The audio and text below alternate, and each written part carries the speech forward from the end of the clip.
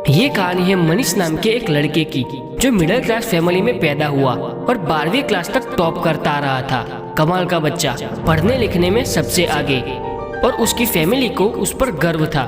Family को लगता था कि ये बच्चा जब बड़ा हो जाएगा तो कुछ कमाल करेगा, हम लोगों की जिंदगी बदल देगा, हमारी फैमिली में खुशियाँ आ जाएगी, सब कुछ बदल जाएगा। लेकिन वो लड़का जब 12वीं क्लास पास करके कॉलेज में गया तो उसकी लाइफ बदल गई। उसके आसपास ऐसे दोस्त आ गए जिन्होंने उसे बिगाड़ के रख दिया। देर रात तक पार्टियां चलने लगी। वो घर वालों से झूठ बोल करके पैसे मांगने लगा। घर वालों को समझ में आ रहा था कि यह लड़का बिगड़ रहा है। उन्होंने एक दिन उसे समझाने की कोशिश की, लेकिन मनीष ने अपने घर वालों को ये कहा कि आप मुझे ज्ञान मत दीजिए, मुझे सब कुछ मालूम है और आपके ज्ञान से कुछ नहीं होगा, आप शांत रहिए, मैं अपनी जिंदगी सही से जी लूंगा। घर वालों ने कुछ नहीं बोला। एक साल बाद जब कॉलेज का रिजल्ट आया तो मनीष एक सब्जेक्ट में फेल हो गया और ये बात उसके ईगो को हर्ट कर गई कि जो लड़का 12वीं तक टॉप करता आ रहा था वो कॉलेज में आते ही फेल कैसे हो सकता है। वो बहुत दुखी हो गया। वो घर में बंद हो गया, एक कमरे में रहने लगा, घर वालों से बात करना बंद कर दिया, दोस्तों के फोन उठाना बंद कर दिया, यहाँ तक कि बाहर आना जाना भी बंद कर दिया। मनीष धीरे धीरे डिप्रेशन का शिकार हो रहा था। उसे लगने लगा कि उसकी लाइफ में यहीं पे ब्रेक लग जाएगी, सब कुछ खत्म हो जाएगा। लेकिन मनीष जिस स्कूल में पढ़ता था वहाँ के प्रिंसिपल को ये बात जब मालूम चली तो उन्होंने मनीष को मिलने के लिए बुलाया। ये इनविटेशन को मनीष मना नहीं कर सकता था। वो प्रिंसिपल को मिलने के लिए जाता है। उसने देखा कि प्रिंसिपल सर बगीचे में बैठे हुए हैं। सर ने पूछा, क्या हाल चाल है बेटा? तो मनीष ने कुछ नहीं बोला।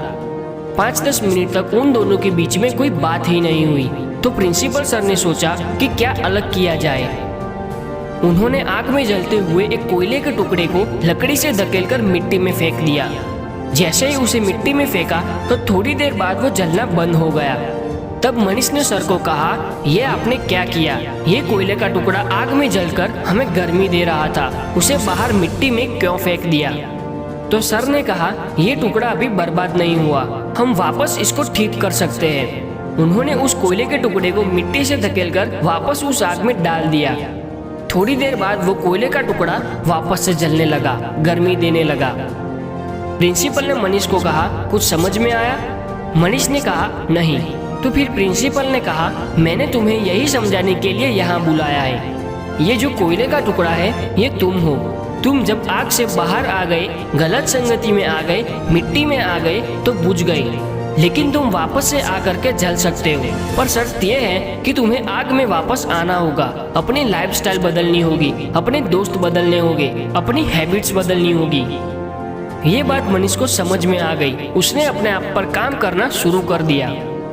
इस कहानी से हमें सीख मिलती है कि अच्छी और बुरी संगति का असर हमारे जीवन पर पड़ता है। गलत लोगों की संगत करने पर कुछ समय के लिए तो सुख मिलता है, लेकिन बाद में मुश्किलों का सामना करना पड़ता है।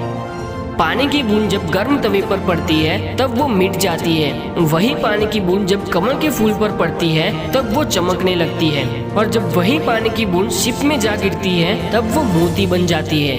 बूंद तो पानी की ही है, बस फर्क संगत का है। संगति किसे कहते हैं? जिसके संग रहने से आपकी गति बढ़ जाए उसे संगति कहते हैं।